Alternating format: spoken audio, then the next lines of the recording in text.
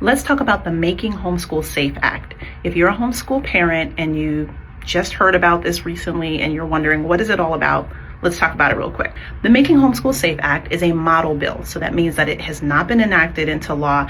It is just something that people are talking about right now.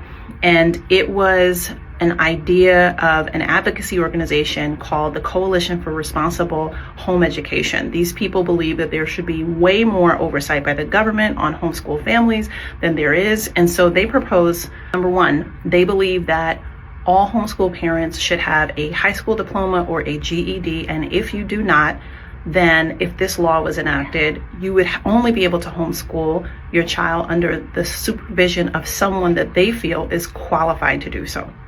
Number two, if you've ever been involved in an abuse or neglect case with the state that you live in, Child Welfare Services, it doesn't matter what the outcome of the investigation is, you would have to wait for 3 years before you can pull your child out of public school.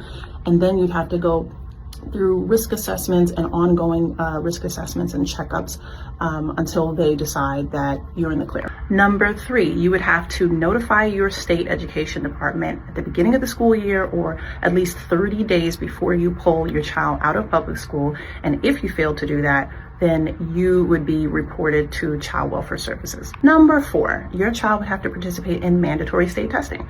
They would have to take all the achievement tests and assessments that children do in public school, and then they would have to sit in person with a qualified educational professional. And if they are happy with what they see, sign off on their evaluation. Superintendent of schools still reserves the right to make that decision ultimately. So they can put your program on probation or terminate your homeschool program altogether. And lastly, number five, your homeschool child would have to get vaccinated with the full schedule of vaccinations that all public school students get, and you would have to show proof of that to the superintendent of schools.